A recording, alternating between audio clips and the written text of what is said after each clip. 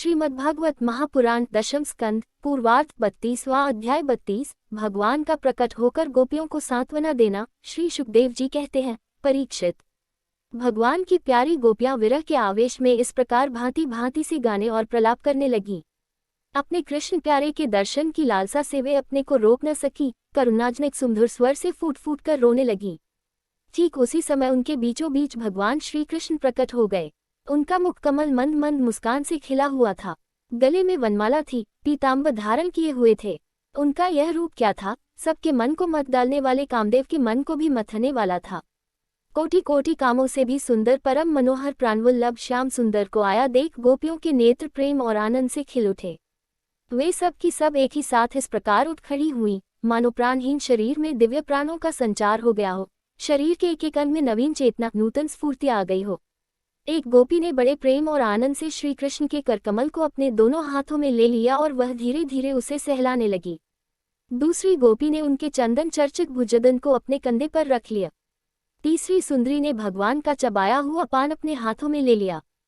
चौथी गोपी, जिसके हृदय में भगवान के विरह से बड़ी जलन हो रही थी, बैठ गई और उनके चरण कमलों को अपने वक्षस्थल पर रख लिया। पांचवी गोपी प्रणयकोप से विह्वल होकर, भौहें चढ़ाकर, दांतों से होठ दबाकर अपने कटाक्ष बाणों से बींधती हुई उनकी ओर ताकने लगी। छठी गोपी अपने निर्निमेष नयनों से उनके मुखकमल का मकरंद रस पान करने लगी। परंतु जैसे संत पुरुष भगवान के चरणों के दर्शन से कभी तृप्त नहीं होते, वैसे ही वह उनकी मुख माधुरी का निरंतर पान करते रहने पर भी तृप्त नहीं होती थी। सातवीं गोपी नेत्रों के मार्ग से भगवान को अपने हृदय में ले गई और फिर उसने आंखें बंद कर लीं।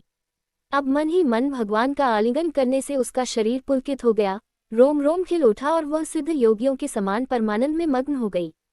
परीक्षित, जैसे मुमुक्षुजन परम ज्ञानी संत पुरुष को प्राप्त करके संसार की पीड़ा से मुक्त हो जाते हैं, वैसे ही सभी गोपियों को भगवान श्री कृष्ण के दर्शन से परम आनंद और परम उल्लास प्राप्त हुआ। उनके विरह के कारण गोपियों को जो डैक हुआ था, उससे वे मुक्त हो गई और शांति के समुद्र में डूबने उतराने लगी। परीक्षित, यूँ तो भगवान श्री कृष्ण अच्युत और एकरस हैं, उनका सौंदर्य और माधुर्य निरतिशय है, फिर भी विरह व्यथा से मुक्त हुई गोपियों के बीच में उनकी शोभा और भी बढ़ गई। ठीक वैसे ही जैसे परमेश्वर अपने नित्य ज्ञान, बल आदि शक्तियों से सेवित होने पर और भी शोभायमान होता है। इसके बाद भगवान श्री कृष्ण ने उन व्रज सुंदरियों को साथ लेकर यमुना जी के पुलिन में प्रवेश किया। उस समय खिले हुए कुंद और मंदार के पुष्पों की सुरभि लेकर बड़ी ही शीतल और सुगंधित मंद मंद वायु चल रही थी और उसकी महक से मतवाले होकर भौरे इधर उधर मडरा रहे थे। शरद पूर्णिमा के चंद्रमा की चांदनी अपनी निराली ही छटा दिखला रही थी। उसके कारण रात्रि के अंधकार का तो कहीं पता ही न था, सर्वत्र आनंद मंगल का ही साम्राज्य छाया था। वह पुलिन क्या था? यमुना जी ने स्वयं अपनी लहरों के हाथों भगवान की लीला के लिए सुकोमल बालुका का रंगमंच बना रखा था। परीक्षित, भगवान श्री कृष्ण के दर्शन से गोपियों के हृदय में इतने आनंद और इतने रस का उल्लास हुआ कि उनके हृदय की सारी आधी व्याधि मिट गई। जैसे कर्मकांड की श्रुतियां उनका वर्णन करते करते अंत में ज्ञानकांड का प्रतिपादन करने लगती हैं और फिर वे समस्त मनोरथों से ऊपर उठ जाती हैं, कृतकृत्य हो जाती है, वैसे ही गोपियां भी पूर्ण काम हो गईं। अब उन्होंने अपने वक्षस्थल पर लगी हुई रोली केसर से चिन्हित ओढ़नी को अपने परम प्यारे सुहृद श्री कृष्ण के विराजने के लिए बिछा दिया। बड़े बड़े योगेश्वरों अपने योग साधन से पवित्र किए हुए हृदय में जिनके लिए आसन की कल्पना करते रहते हैं, किंतु फिर भी अपने हृदय सिंहासन पर बिठा नहीं पाते, वही सर्वशक्तिमान भगवान यमुना जी की रेती में गोपियों की ओढ़नी पर बैठ गए। सहस्र सहस्र गोपियों के बीच में उनसे पूजित होकर भगवान बड़े ही शोभायमान हो रहे थे। परीक्षित, तीनों लोकों में तीनों कालों में जितना भी सौंदर्य प्रकाशित होता है, वह सब तो भगवान के बिंदुमात्र सौंदर्य का आभास भर है। वे उनके एकमात्र आश्रय हैं। भगवान श्री कृष्ण अपने इस अलौकिक सौंदर्य के द्वारा उनके प्रेम और आकांक्षा को और भी उभार रहे थे। गोपियों ने अपनी मंद मंद मुस्कान, विलासपूर्ण चितवन और तिरछी भौं से उनका सम्मान किया। किसी ने उनके चरण कमलों को अपनी गोद में रख लिया, तो किसी ने उनके करकमलों को। वे उनके संस्पर्श का आनंद लेती हुई कभी कभी कह उठती थी, कितना सुकुमार है, कितना मधुर है। इसके बाद श्री कृष्ण के छिप जाने से मन ही मन तनिक रूठकर उनके मुंह से ही उनका दोष स्वीकार कराने के लिए वे कहने लगी। गोपियों ने कहा, नटनागर, कुछ लोग तो ऐसे होते हैं जो प्रेम करने वालों से ही प्रेम करते हैं और कुछ लोग प्रेम न करने वालों से भी प्रेम करते हैं, परंतु कोई कोई दोनों से ही प्रेम नहीं करते। प्यारे, इन तीनों में तुम्हें कौन सा अच्छा लगता है? भगवान श्री कृष्ण ने कहा, मेरी प्रिय सखियों, जो प्रेम करने पर प्रेम करते हैं उनका तो सारा उद्योग स्वार्थ को लेकर है, लेन देन मात्र है, न तो उनमें सौहार्द है और न तो धर्म। उनका प्रेम केवल स्वार्थ के लिए ही है, इसके अतिरिक्त उनका और कोई प्रयोजन नहीं है। सुंदरियों, जो लोग प्रेम न करने वाले से भी प्रेम करते हैं, जैसे स्वभाव से ही करुणाशील सज्जन और माता पिता, उनका हृदय सौहार्द से, हितैषिता से भरा रहता है और सच पूछो तो उनके व्यवहार में निश्चल सत्य एवं पूर्ण धर्म भी है। कुछ लोग ऐसे होते हैं जो प्रेम करने वालों से भी प्रेम नहीं करते, न प्रेम करने वालों का तो उनके सामने कोई प्रश्न नहीं है। ऐसे लोग 4 प्रकार के होते हैं। एक तो वे जो अपने स्वरूप में ही मस्त रहते हैं, जिनकी दृष्टि में कभी द्वैत भासता ही नहीं। दूसरे वे जिन्हें द्वैत तो भासता है, परंतु जो कृतकृत्य हो चुके हैं, उनका किसी से कोई प्रयोजन ही नहीं है। तीसरे वे हैं जो जानते ही नहीं कि हमसे कौन प्रेम करता है। और चौथे वे हैं जो जानबूझकर अपना हित करने वाले परोपकारी गुरुतुल्य लोगों से भी द्रोह करते हैं, उनको सताना चाहते हैं। गोपियों, मैं तो प्रेम करने वालों से भी प्रेम का वैसा व्यवहार नहीं करता जैसा करना चाहिए। मैं ऐसा केवल इसलिए करता हूँ कि उनकी चित्तवृत्ति और भी मुझ में लगे, निरंतर लगी ही रहे। जैसे निर्धन पुरुष को कभी बहुत सा धन मिल जाए और फिर खो जाए तो उसका हृदय खोए हुए धन की चिंता से भर जाता है, वैसे ही मैं भी मिल मिलकर छिप छिप जाता हूँ। गोपियों, इसमें संदेह नहीं कि तुम लोगों ने मेरे लिए लोक मर्यादा, वेदमार्ग और अपने सगे संबंधियों को भी छोड़ दिया है। ऐसी स्थिति में तुम्हारी मनोवृत्ति और कहीं न जाए, अपने सौंदर्य और सुहाग की चिंता न करने लगे, मुझ में ही लगी रहे, इसलिए परोक्ष रूप से तुम लोगों से प्रेम करता हुआ ही मैं छिप गया था। इसलिए तुम लोग मेरे प्रेम में दोष मत निकालो। तुम सब मेरी प्यारी और मैं तुम्हारा प्यारा हूँ। मेरी प्यारी गोपियों, तुमने मेरे लिए घर गृहस्थी की उन बेड़ियों को तोड़ डाला है, जिन्हें बड़े बड़े योगी यति भी नहीं तोड़ पाते। मुझसे तुम्हारा यह मिलन, यह आत्मिक संयोग सर्वथा निर्मल और सर्वथा निर्दोष है। यदि मैं अमर शरीर से, अमर जीवन से अनंत काल तक तुम्हारे प्रेम, सेवा और त्याग का बदला चुकाना चाहूं तो भी नहीं चुका सकता। मैं जन्म जन्म के लिए तुम्हारा ऋणी हूँ। तुम अपने सौम्य स्वभाव से, प्रेम से मुझे उड़न सकती हो, परंतु मैं तो तुम्हारा ऋणी ही हूँ। दशम स्कंद, पूर्वार्ध, 33वां अध्याय। 33। महाराज श्री सुखदेव जी कहते हैं, राजन, गोपियाँ भगवान की इस प्रकार प्रेम भरी सुमधुर वाणी सुनकर जो कुछ विरहजन्य ताप शेष था, उससे भी मुक्त हो गई और सौंदर्य माधुर्य निधि प्राण प्यारे के अंग संग से सफल मनोरथ हो गईं। भगवान श्री कृष्ण की प्रेयसी और सेविका गोपियाँ एक दूसरे की बाह में बाह डाले खड़ी थीं। उन स्त्रीरत्नों के साथ यमुना जी के पुलिन पर भगवान ने अपनी रसमयी रासक्रीड़ा प्रारंभ की। संपूर्ण योगों के स्वामी भगवान श्री कृष्ण दो गोपियों के बीच में प्रकट हो गए और उनके गले में अपना हाथ डाल दिया। इस प्रकार एक गोपी और एक श्री कृष्ण, यही क्रम था। सभी गोपियां ऐसा अनुभव करती थीं कि हमारे प्यारे तो हमारे ही पास हैं। इस प्रकार सहस्र सहस्र गोपियों से शोभायमान भगवान श्री कृष्ण का दिव्य रासोत्सव प्रारंभ हुआ। उस समय आकाश में शत शत विमानों की भीड़ लग गई। सभी देवता अपनी अपनी पत्नियों के साथ वहां आ पहुंचे। रासोत्सव के दर्शन की लालसा से, उत्सुकता से उनका मन उनके वश में नहीं था। स्वर्ग की दिव्य दुंदुभियां अपने आप बज उठीं। स्वर्गीय पुष्पों की वर्षा होने लगी। गंधर्वगण अपनी अपनी पत्नियों के साथ भगवान के निर्मल यश का गान करने लगे। रासमंडल में सभी गोपियां अपने प्रियतम श्याम सुंदर के साथ नृत्य करने लगीं। उनकी कलाइयों के कंगन, पैरों के पायजेब और करधनी के छोटे छोटे घुंघरू एक साथ बज उठे। असंख्य गोपियां थीं, इसलिए यह मधुर ध्वनि भी बड़े ही जोर की हो रही थी। यमुना जी की रमणरेती पर व्रज सुंदरियों के बीच में भगवान श्री कृष्ण की बड़ी अनोखी शोभा हुई। ऐसा जान पड़ता था मानो अगणित पीली पीली दमकती हुई सुवर्ण मणियों के बीच में ज्योतिर्मयी नीलमणि चामल रही हो। नृत्य के समय गोपियां तरह तरह से ठुमुक ठुमुक कर अपने पांव कभी आगे बढ़ाती और कभी पीछे हटा लेती।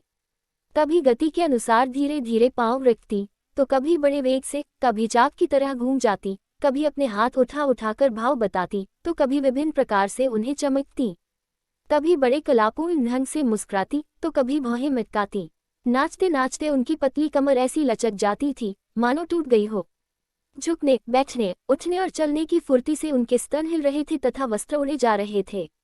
कानों के कुंडल हिल हिलकर कपोलों पर आ जाते थे। नाचने के परिश्रम से उनके मुंह पर पसीने की बूंदें झलकने लगी थीं। केशों की चोटियां कुछ ढीली पक गई थीं। नीवी की गांठें खुली जा रही थीं। इस प्रकार नटवर नंदलाल की प्रेम प्रेयसी गोपियां उनके साथ गा गाकर नाच रही थीं। परीक्षित, उस समय ऐसा जान पड़ता था मानो बहुत से श्री कृष्ण तो सांवले सांवले मेघ मंडल हैं और उनके बीच बीच में चमकती हुई गोरी गोपियां बिजली हैं। उनकी शोभा असीम थी। गोपियों का जीवन भगवान की रति है, प्रेम है। वे श्री कृष्ण से सटकर नाचते नाचते ऊंचे स्वर से मधुर गान कर रही थी। श्री कृष्ण का संस्पर्श पाकर और भी आनंदमग्न हो रही थी। उनके राग रागिनियों से पूर्ण गान से यह सारा जगत अब भी गूंज रहा है।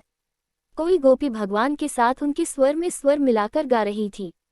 वह श्री कृष्ण के स्वर की अपेक्षा और भी ऊंचे स्वर से राग लापने लगी। उनके विलक्षण और उत्तम स्वर को सुनकर वे बहुत ही प्रसन्न हुए और वाह वाह करके उनकी प्रशंसा करने लगे। उसी राग को एक दूसरी सखी ने ध्रुपद में गाया। उसका भी भगवान ने बहुत सम्मान किया। एक गोपी नृत्य करते करते थक गई। उसकी कलाइयों से कंगन और चोटियों से बेला के फूल खिसकने लगे। तब उसने अपने बगल में ही खड़े मुरली मनोहर श्याम सुंदर के कंधे को अपनी बांह से कसकर पकड़ लिया। भगवान श्री कृष्ण अपना एक हाथ दूसरी गोपी के कंधे पर रख रखा था।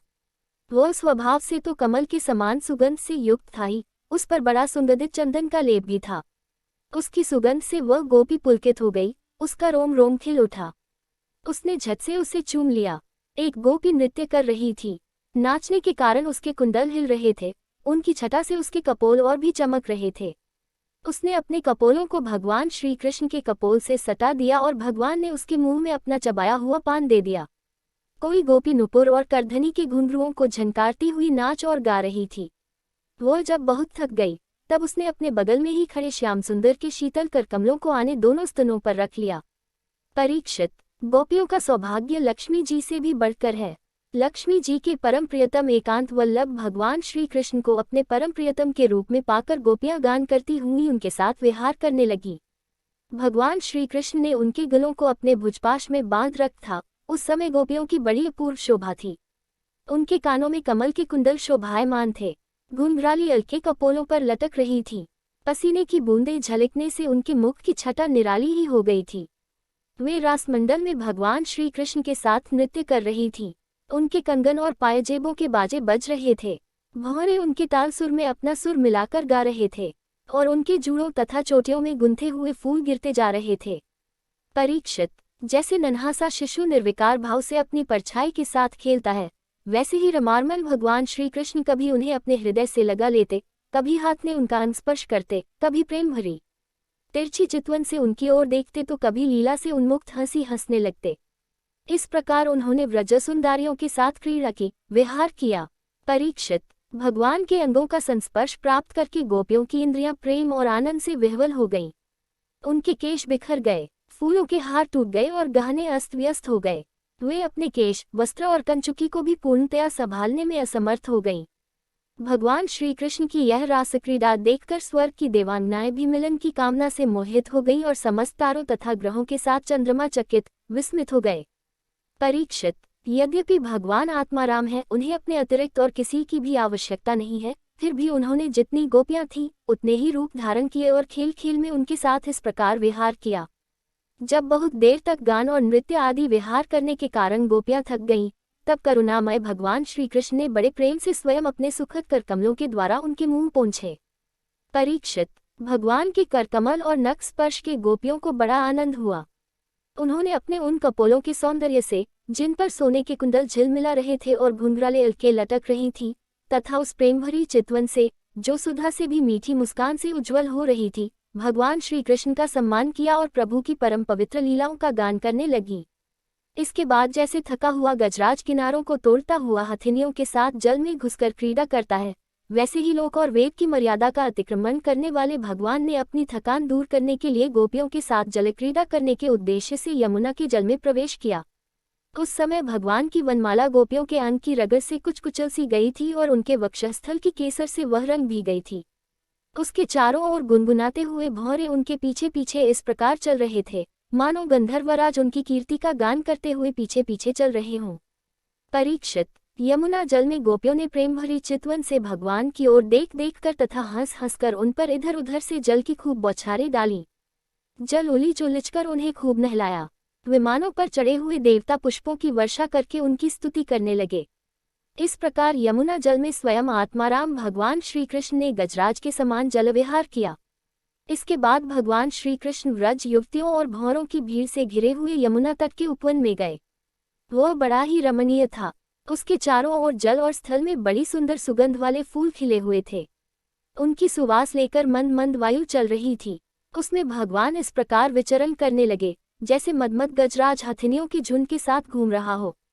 परीक्षित, शरद की वह रात्रि जिसके रूप में अनेक रात्रियां पूंजीभूत हो गई थी, बहुत ही सुंदर थी। चारों ओर चंद्रमा की बड़ी सुंदर चांदनी छिटक रही थी। काव्यों में शरद ऋतु की जिन रस सामग्रियों का वर्णन मिलता है, उन सभी से वह युक्त थी।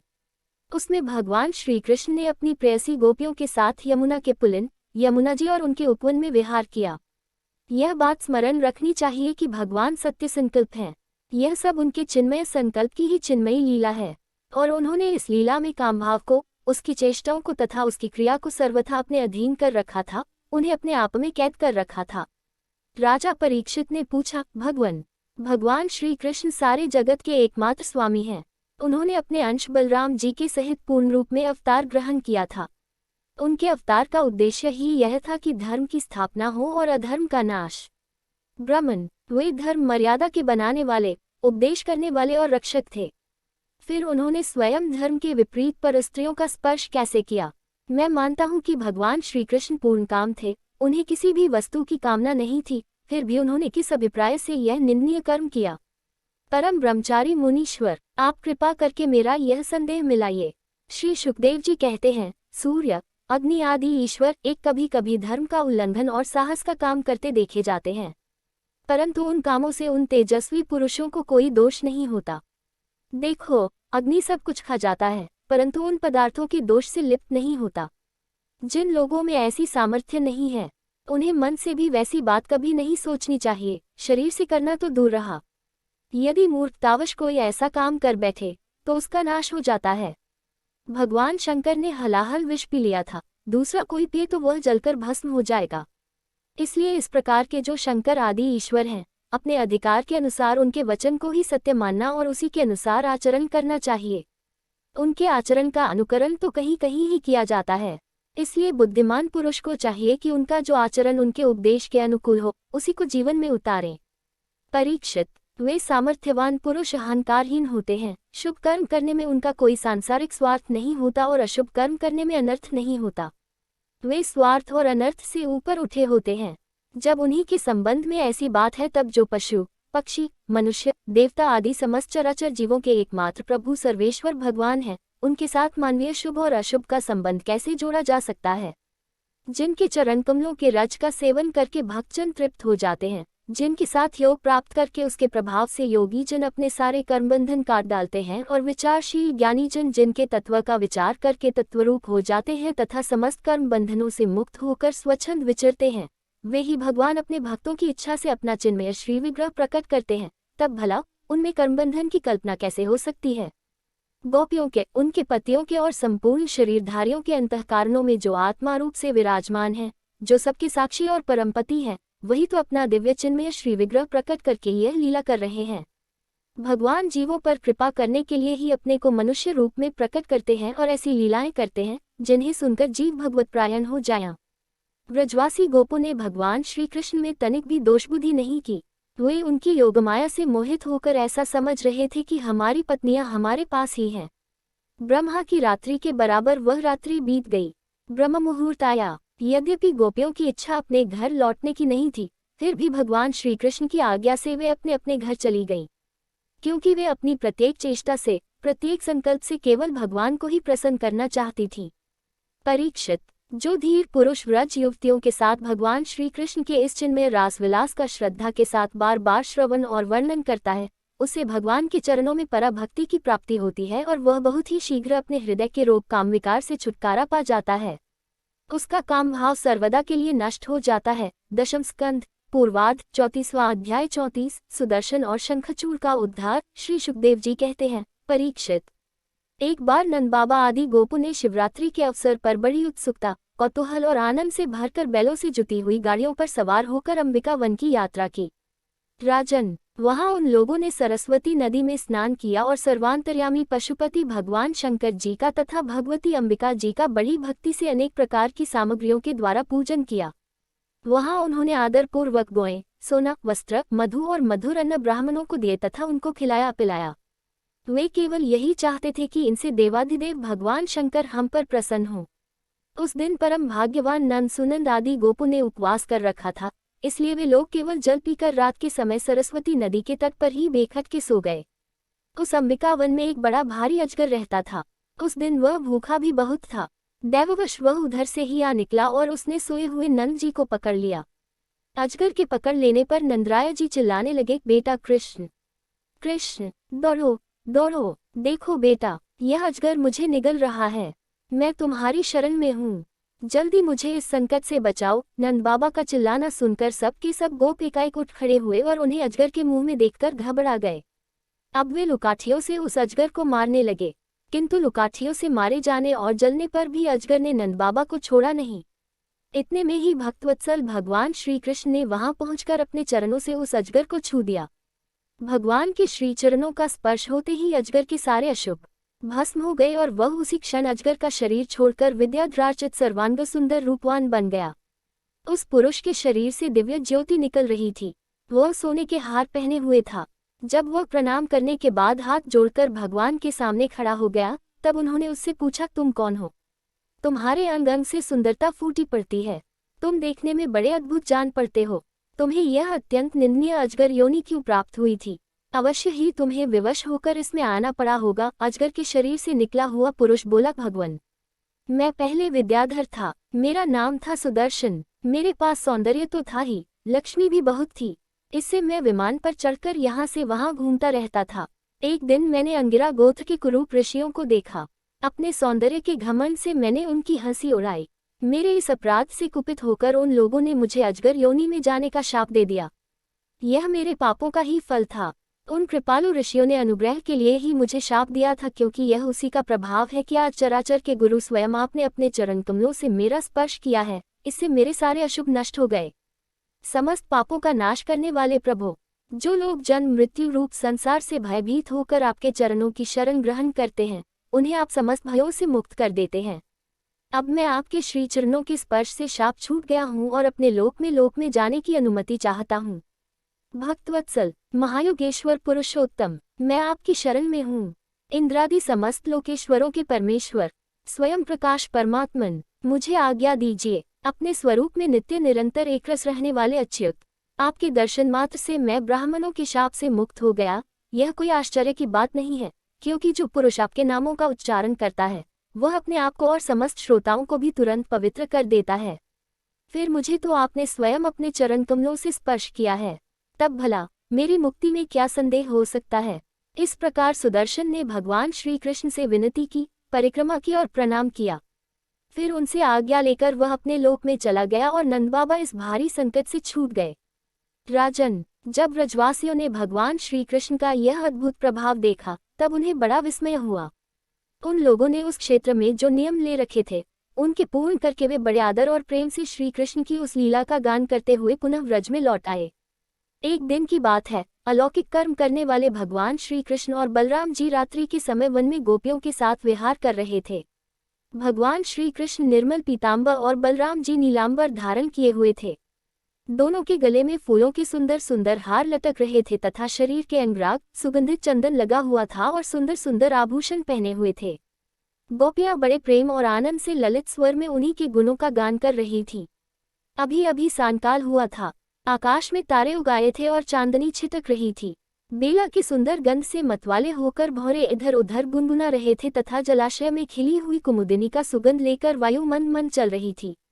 उस समय उनका सम्मान करते हुए भगवान श्री कृष्ण और बलराम जी ने एक ही साथ मिलकर राग लापा। उनका राग आरोह अवरोह स्वरों के चढ़ाव उतार से बहुत ही सुंदर लग रहा था।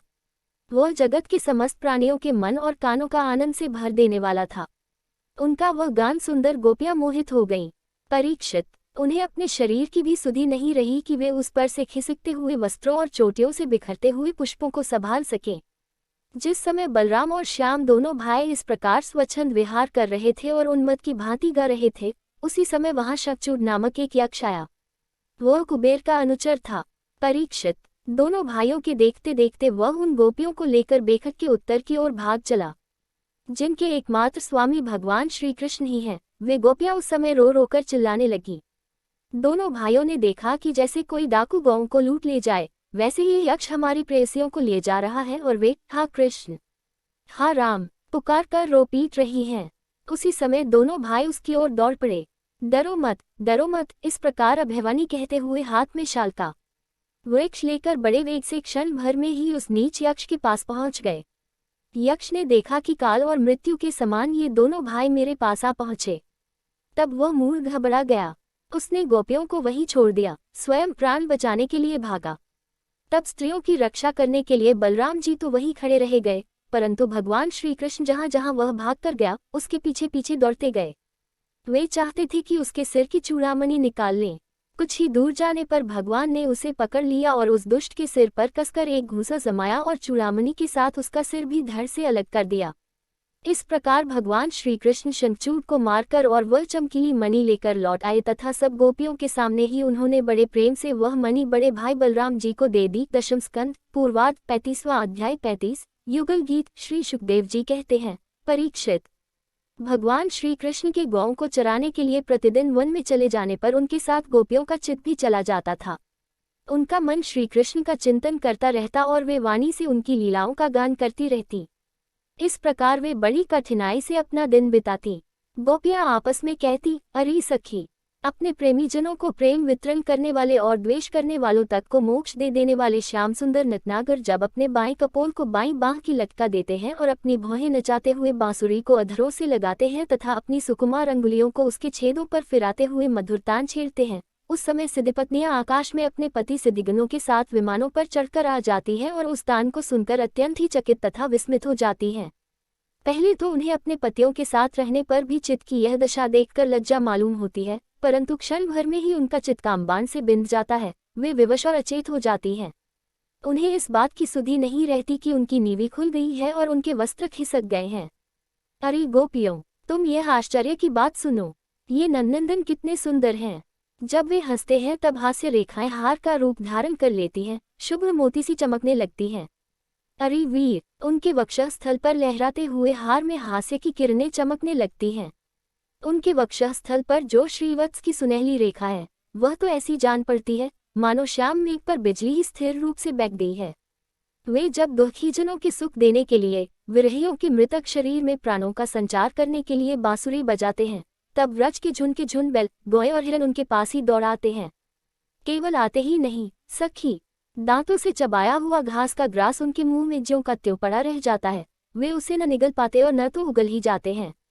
दोनों कान खड़े करके इस प्रकार स्थिर भाव से खड़े हो जाते हैं मानो सो गए हैं या केवल भीत पर लिखे हुए चित्र हैं। उनकी ऐसी दशा होना स्वाभाविक ही है, क्योंकि यह बांसुरी की तान उनके चित्त चुरा लेती है। हे सखी, जब वे नंद के लाडले लाल अपने सिर पर मोरपंख का मुकुट बांध लेते हैं, घुंघराली इलकों में फूल के गुच्छे खोंस लेते हैं, रंगीन धातुओं से अपना अंग रंग लेते हैं और नए नए पल्लवों से ऐसा वेश सजा लेते हैं जैसे कोई बहुत बड़ा पहलवान हो, और फिर बलराम जी तथा ग्वालबालों के साथ बांसुरी में गौओं का नाम ले लेकर उन्हें पुकारते हैं, उस समय प्यारी सखियों, नदियों की गति भी रुक जाती है। वे चाहती हैं कि वायु उड़ाकर हमारे प्रियतम के चरणों की धूलि हमारे पास पहुंचा दे और उसे पाकर हम निहाल हो जाएं, परंतु सखियों, वे भी हमारे ही जैसी मंदभागिनी हैं। जैसे नंदनंदन श्री कृष्ण का आलिंगन करते समय हमारी भुजाएं कांप जाती है और जड़ता रूप संचारी भाव का उदय हो जाने से हम अपने हाथों को हिला भी नहीं पाती, वैसे ही वे भी प्रेम के कारण कांपने लगती हैं। 2-4 बार अपनी तरंग रूप भुजाओं को कांपते कांपते उठाती तो अवश्य है, परंतु फिर विवश होकर स्थिर हो जाती है, प्रेमावेश से स्तंभित हो जाती हैं। अरे वीर, जैसे देवता लोग अनंत और अचिंत्य ऐश्वर्यों के स्वामी भगवान नारायण की शक्तियों का गान करते हैं, वैसे ही ग्वालबाल अनंत सुंदर नटनागर श्री कृष्ण की लीलाओं का गान करते रहते हैं। वे अचिंत्य ऐश्वर्य संपन्न श्री कृष्ण जब वृंदावन में विहार करते हैं और बांसुरी बजाकर गिरिराज गोवर्धन की तराई में चरती हुई गौं को नाम ले लेकर पुकारते हैं, उस समय वन के वृक्ष और लताएं फूल और फलों से लद जाती हैं। उनके भार से डालियां झुककर धरती छूने लगती हैं, मानो प्रणाम कर रही हो। वे वृक्ष और लताएं अपने भीतर भगवान विष्णु की अभिव्यक्ति सूचित करती हुई प्रेम से फूल उठती हैं, उनका रोम रोम खिल जाता है और सबकी सब मधु धाराएं उमड़ने लगती हैं। अरे सखी, जितनी भी वस्तुएं संसार में या उसके बाहर देखने योग्य हैं, उनमें सबसे सुंदर, सबसे मधुर, सबके शिरोमणि है ये हमारे मनमोहन। उनके सांवले ललाट पर केसर की खौर कितनी फुकती है, बस देखती ही जाओ। गले में घुटनों तक लटकती हुई वनमाला, उसमें पिरोई हुई तुलसी की दिव्य गंध और मधुर मधु से मतवाले होकर झुंड के झुंड भौरे बड़े मनोहर एवं उच्च स्वर से गुंजार करते रहते हैं। हमारे नटनागर श्याम सुंदर भौरों की उस गुनगुनाहट का आदर करते हैं और उन्हीं के स्वर में स्वर मिलाकर अपनी बांसुरी फूंकने लगते हैं। उस समय सखी उस मुनिजन मोहन संगीत को सुनकर सरोवर में रहने वाले सारस हंस आदि पक्षियों का भी चित उनके हाथ से निकल जाता है, छिन जाता है। वे विवश होकर प्यारे श्याम सुंदर के पास आ बैठते हैं तथा आंखें मूंद चुपचाप चित एकाग्र करके उनकी आराधना करने लगते हैं, मानो कोई विहंगम वृत्ति के रसिक परमहंस ही हो। भला कहो तो यह कितने आश्चर्य की बात है। अरे व्रजदेवियों, हमारे श्याम सुंदर जब पुष्पों के कुंडल बनाकर अपने कानों में धारण कर लेते हैं और बलराम जी के साथ गिरिराज के शिखरों पर खड़े होकर सारे जगत को हर्षित करते हुए बांसुरी बजाने लगते हैं। बांसुरी क्या बजाते हैं, आनंद में भरकर उसकी ध्वनि के द्वारा सारे विश्व का आलिंगन करने लगते हैं। उस समय श्याम मेघ बांसुरी की तान के साथ मंद मंद गरजने लगता है।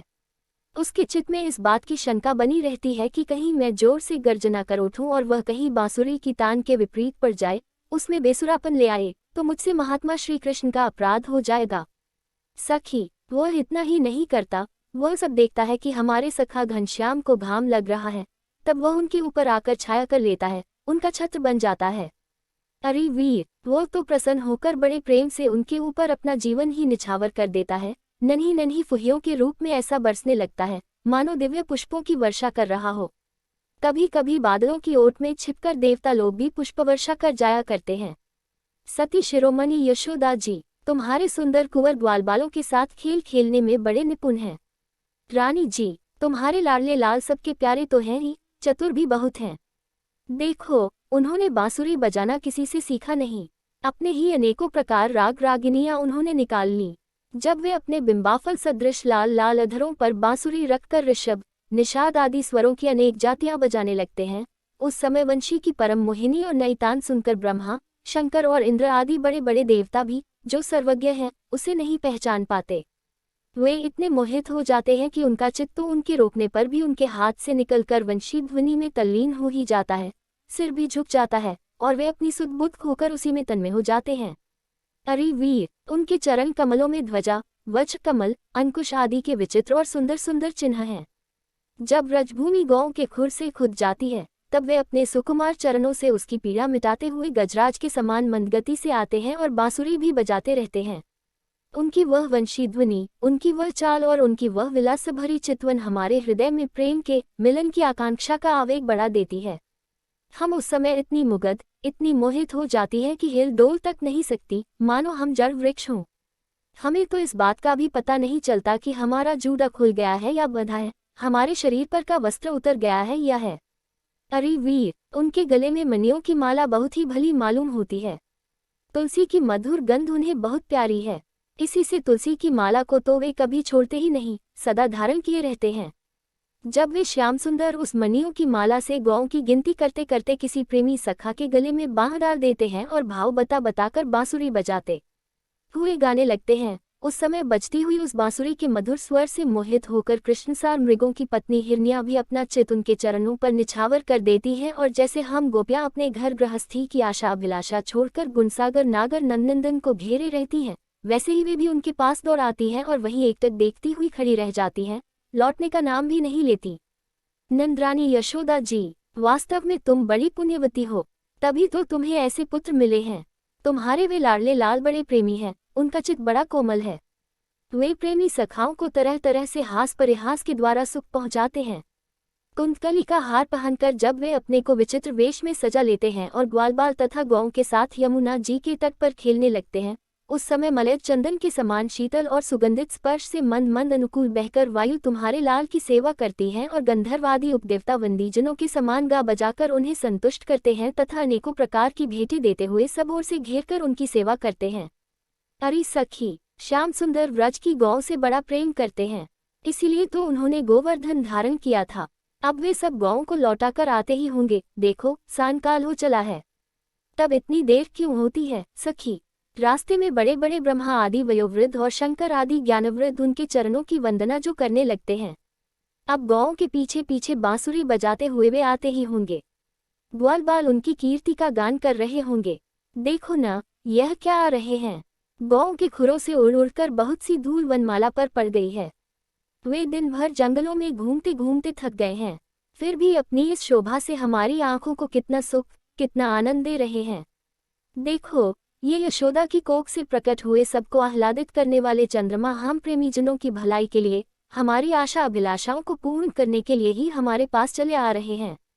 सखी, देखो कैसा सौंदर्य है। मदभरी आंखें कुछ चढ़ी हुई हैं, कुछ कुछ ललाए लिए हुए कैसी भली जान पड़ती हैं। गले में वनमाला लहरा रही है, सोने के कुंडलों की कांति से वे अपने कोमल कपोलों को अलंकृत कर रहे हैं। इसी से मुंह पर अध पके बेर के समान कुछ पीलापन जान पड़ता है और रोम रोम से विशेष करके मुखकमल से प्रसन्नता फूटी पड़ती है। देखो, अब वे अपने सखा ग्वालबालों का सम्मान करके उन्हें विदा कर रहे हैं। देखो, देखो सखी, व्रज विभूषण श्री कृष्ण गजराज के समान मदभरी चाल से इस संध्या वेला में हमारी ओर आ रहे हैं।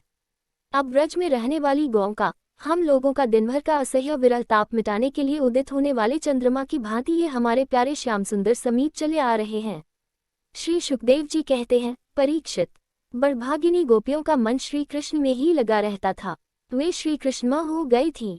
जब भगवान श्री कृष्ण दिन में गौओं को चराने के लिए वन में चले जाते, तब वे उन्हीं का चिंतन करती रहती और अपनी अपनी सखियों के साथ अलग अलग उन्हीं की लीलाओं का गान करके उसी में रम जाती। इस प्रकार उनके दिन बीत जाते। दशम स्कंद, पूर्वार्ध, 36वां अध्याय। 36 अरिष्टासुर का उद्धार और कंस का श्री अक्रूर जी को व्रज में भेजना। श्री सुखदेव जी कहते हैं, परीक्षित, जिस समय भगवान श्री कृष्ण व्रज में प्रवेश कर रहे थे और वहां आनंदोत्सव की धूम मची हुई थी, उसी समय अरिष्टासुर नाम का एक दैत्य बैल का रूप धारण करके आया। उसका ककुत, कंधे का पुट्ठा, यथ हुआ और डील डोल दोनों ही बहुत बड़े बड़े थे। वह अपने खुरों को इतने जोर से पटक रहा था कि उससे धरती कांप रही थी। वह बड़े जोर से गरज रहा था और पैरों से धूल उछालता जाता था। पूंछ खड़ी किए हुए था और सींगों से चारदीवारी, खेतों की मीड़ आदि तोड़ता जाता था। बीच बीच में बार बार मूतता और गोबर छोड़ता जाता था। आंखें फाड़कर इधर उधर दौड़ रहा था। परीक्षित, उसके जोर से हंकने से, निष्ठुर गर्जना से भयवश स्त्रियों और गौओं के 3-4 महीने के गर्भ स्रवित हो जाते थे और 5-6 महीने के गिर जाते थे। और तो क्या कहूँ, उसके कुकुट को पर्वत समझकर बादल उस पर आकर ठहर जाते थे। परीक्षित, उस तीखे सींग वाले बैल को देखकर गोपियां और गोप सभी भयभीत हो गए। पशु तो इतने डर गए कि अपने रहने का स्थान छोड़कर भाग ही गए। उस समय सभी व्रजवासी श्री कृष्ण, हमें इस भय से बचाओ, इस प्रकार पुकारते हुए भगवान श्री कृष्ण की शरण में आए। भगवान ने देखा कि हमारा गोकुल अत्यंत भयातुर हो रहा है। तब उन्होंने, डरने की कोई बात नहीं है, यह कहकर सबको ढाढ़सा बंधाया और फिर वृषासुर को ललकारा, अरे मूर्ख, महादुष्ट, तू इन गौओं और ग्वालों को क्यों डरा रहा है? इससे क्या होगा? देख, तुझ जैसे दुरात्मा दुष्टों के बल का घमंड चूर चूर कर देने वाला यह मैं हूँ। इस प्रकार ललकार कर भगवान ने ताल ठोकी और उसे क्रोधित करने के लिए वे अपने एक सखा के गले में बांह डालकर खड़े हो गए। भगवान श्री कृष्ण की इस चुनौती से वह क्रोध के मारे तिलमिला उठा और अपने खुरों से बड़े जोर से धरती खोदता हुआ श्री कृष्ण की ओर झपटा। उस समय उसकी उठाई हुई पूंछ के धक्के से आकाश के बादल तितर बितर होने लगे। उसने अपने तीखे सींग आगे कर लिए। लाल लाल आंखों से टकटकी लगाकर श्री कृष्ण की ओर टेढ़ी नजर से देखता हुआ वह उन पर इतने वेग से टूटा, मानो इंद्र के हाथ से छोड़ा हुआ वज्र हो। भगवान श्री कृष्ण ने अपने दोनों हाथों से उसके दोनों सींग पकड़ लिए और जैसे एक हाथी अपने से भिड़ने वाले दूसरे हाथी को पीछे हटा देता है, वैसे ही उन्होंने उसे 18 पग पीछे ठेलकर गिरा दिया। भगवान के इस प्रकार ठेल देने पर वह फिर तुरंत ही उठ खड़ा हुआ और क्रोध से अचेत होकर लंबी लंबी सांस छोड़ता हुआ फिर उन पर झपटा। उस समय उसका सारा शरीर पसीने से लथपथ हो रहा था। भगवान ने जब देखा कि वह अब मुझ पर प्रहार करना ही चाहता है, तब उन्होंने उनके सींग पकड़ लिए और उसे लात मारकर जमीन पर गिरा दिया और फिर पैरों से दबाकर इस प्रकार उसका कचूमर निकाला, जैसे कोई गीला कपड़ा निचोड़ रहा हो। इसके बाद उसी का सींग उखाड़कर उसको खूब पीटा, जिससे वह पड़ा ही रहा गया। परीक्षित, इस प्रकार वह दैत्य मुंह से खून उगलता और गोबर मूत करता हुआ पैर पटकने लगा। उसकी आंखें उलट गईं और उसने बड़े कष्ट के साथ प्राण छोड़े। अब देवता लोग भगवान पर फूल बरसा बरसाकर उनकी स्तुति करने लगे। जब भगवान श्री कृष्ण ने इस प्रकार बैल के रूप में आने वाले अरिष्टासुर को मार डाला, तब सभी गोप उनकी प्रशंसा करने लगे। उन्होंने बलराम जी के साथ गोष्ठ में प्रवेश किया और उन्हें देख देख कर गोपियों के नयन मन आनंद से भर गए। परीक्षित, भगवान की लीला अत्यंत अद्भुत है। इधर जब उन्होंने अरिष्टासुर को मार डाला, तब भगवानमय नारद, जो लोगों को शीघ्र से शीघ्र भगवान का दर्शन कराते रहते हैं, कंस के पास पहुंचा। उन्होंने उससे कहा, कंस, जो कन्या तुम्हारे हाथ से छूटकर आकाश में चली गई वह तो यशोदा की पुत्री थी, और व्रज में जो श्री कृष्ण हैं वे देवकी के पुत्र हैं। वहाँ जो बलराम जी हैं वे रोहिणी के पुत्र हैं। वसुदेव ने तुमसे डरकर अपने मित्र नंद के पास उन दोनों को रख दिया है। उन्होंने ही तुम्हारे अनुचर दैत्यों का वध किया है। यह बात सुनते ही कंस की एक इंद्रिय क्रोध के मारे कांप उठी। उसने वसुदेव जी को मार डालने की तुरंत तीखी तलवार उठा ली, परंतु नारद जी ने रोक दिया। जब कंस को यह मालूम हो गया कि वसुदेव के लड़के ही हमारी मृत्यु के कारण हैं, तब उसने देवकी और वसुदेव दोनों ही पति पत्नी को हथकड़ी और बेड़ी से जकड़कर फिर जेल में डाल दिया। जब देवर्षि नारद चले गए तब कंस ने केशी को बुलाया और कहा, तुम व्रज में जाकर बलराम और कृष्ण को मार डालो। वह चला गया। इसके बाद कंस ने मुष्टिक, चाणूर, शल तोशल आदि पहलवानों, मंत्रियों और महावतों को बुलाकर कहा, वीरवर चाणूर और मुष्टिक, तुम लोग ध्यानपूर्वक मेरी बात सुनो। वसुदेव के दो पुत्र बलराम और कृष्ण नंद के व्रज में रहते हैं। उन्हीं के हाथ से मेरी मृत्यु बतलाई जाती है। अतः जब वे यहाँ आवे तब तुम लोग उन्हें कुश्ती लड़ाने के बहाने मार डालना। अब तुम लोग भांति भांति के मंच बनाओ और उन्हें अखाड़े के चारों ओर गोल गोल सजा दो। उन पर बैठकर नगरवासी और देश की दूसरी प्रजा इस स्वच्छंद दंगल को देखें। महावत, तुम बड़े चतुर हो। देखो भाई, तुम दंगल के घेरे के फाटक पर ही अपने कुवलयापीठ हाथी को रखना और जब मेरे शत्रु उधर से निकले तब उसी के द्वारा उन्हें मरवा डालना। इसी चतुर्दशी को विधिपूर्वक धनुष यज्ञ प्रारंभ कर दो और उसकी सफलता के लिए वरदानी भूतनाथ भैरव को बहुत से पवित्र पशुओं की बलि जाओ। परीक्षित, कंस तो केवल स्वार्थ साधन का सिद्धांत जानता था, इसलिए उसने मंत्री, पहलवान और महावत को इस प्रकार आज्ञा देकर श्रेष्ठ यदुवंशी अक्रूर को बुलवाया और उनका हाथ अपने हाथ में लेकर बोला, अक्रूर जी, आप तो बड़े उदार दानी हैं, सब तरह से मेरे आदरणीय हैं। आज आप मेरा एक मित्रोचित काम कर दीजिए, क्योंकि भोजवंशी और वृष्णिवंशी यादवों में आपसे बढ़कर मेरी भलाई करने वाला दूसरा को नहीं है। यह काम बहुत बड़ा है, इसलिए मेरे मित्र, मैंने आपका आश्रय लिया है। ठीक वैसे हो जैसे इंद्र समर्थ होने पर भी विष्णु का आश्रय लेकर अपना स्वार्थ साधता रहता है। आप नंदराय के व्रज में जाइए, वहाँ वसुदेव जी की दो पुत्र हैं, उन्हें इसी रथ पर चढ़ाकर यहाँ ले आइए। बस अब इस काम में देर नहीं होनी चाहिए। सुनते हैं, विष्णु के भरोसे जीने वाले देवताओं ने उन दोनों को मेरी मृत्यु का कारण निश्चित किया है, इसलिए आप उन दोनों को तो ले ही आइए, साथ ही नंद आदि गोपों को भी बड़ी बड़ी भेंटों के साथ ले आइए। यहाँ आने पर मैं उन्हें अपने काल समान कुवलयापीठ हाथी से मरवा डालूंगा। यदि वे कदाचित उस हाथी से बच गए तो मैं अपने वज्र के समान मजबूत और फुर्तीले पहलवान मुष्टिक, चाणूर आदि से उन्हें मरवा डालूंगा। उनके मारे जाने पर वसुदेव आदि वृष्णि, भोज और दशारहवंशी उनके भाई बंधु शोकाकुल हो जाएंगे। फिर उन्हें मैं अपने हाथों मार डालूंगा। मेरा पिता उग्रसेन यूं तो बूढ़ा हो गया है, परंतु अभी उसको राज्य का लोभ बना हुआ है। यह सब कर चुकने के बाद मैं उसको, उसके भाई देवक को और दूसरे भी जो मुझसे द्वेष करने वाले हैं उन सबको तलवार के घाट उतार दूंगा। मेरे मित्र क्रूर जी, फिर तो मैं होऊंगा और आप होंगे तथा होगा इस पृथ्वी का अकंटक राज्य। जरासंध हमारे बड़े बूढ़े ससुर हैं और वानर राज द्विविध मेरे प्यारे सखा हैं। शंबरासुर, नरकासुर और बानासुर ये तो मुझसे मित्रता करते ही हैं, मेरा मुंह देखते रहते हैं। इन सब की सहायता से मैं देवताओं के पक्षपाती नरपतियों को मारकर पृथ्वी का अकंटक राज्य भोगूंगा। यह सब अपनी गुप्त बातें मैंने आपको बतला दी। अब आप जल्दी से जल्दी बलराम और कृष्ण को यहाँ ले आइए। अभी तो वे बच्चे ही हैं, उनको मार डालने में क्या लगता है। उनसे केवल इतनी ही बात कहिएगा कि वे लोग धनुष यज्ञ के दर्शन और यदुवंशियों की राजधानी मथुरा की शोभा देखने के लिए यहाँ आ जाएं। अक्रूर जी ने कहा, महाराज, आप अपनी मृत्यु, अपना अरिष्ट दूर करना चाहते हैं, इसलिए आपका ऐसा सोचना ठीक ही है। मनुष्य को चाहिए कि चाहे सफलता हो या असफलता, दोनों के प्रति संभाव रखकर अपना काम करता जाए। फल तो प्रयत्न से नहीं, दैवी प्रेरणा से मिलते हैं। मनुष्य बड़े बड़े मनोरथों के पुल बांधता रहता है, परंतु वही नहीं जानता कि दैव ने, प्रारब्ध ने इसे पहले से ही नष्ट कर रखा है। यही कारण है कि कभी प्रारब्ध के अनुकूल होने पर प्रयत्न सफल हो जाता है तो वह हर्ष से फूल उठता है और प्रतिकूल होने पर विफल हो जाता है तो शोकग्रस्त हो जाता है।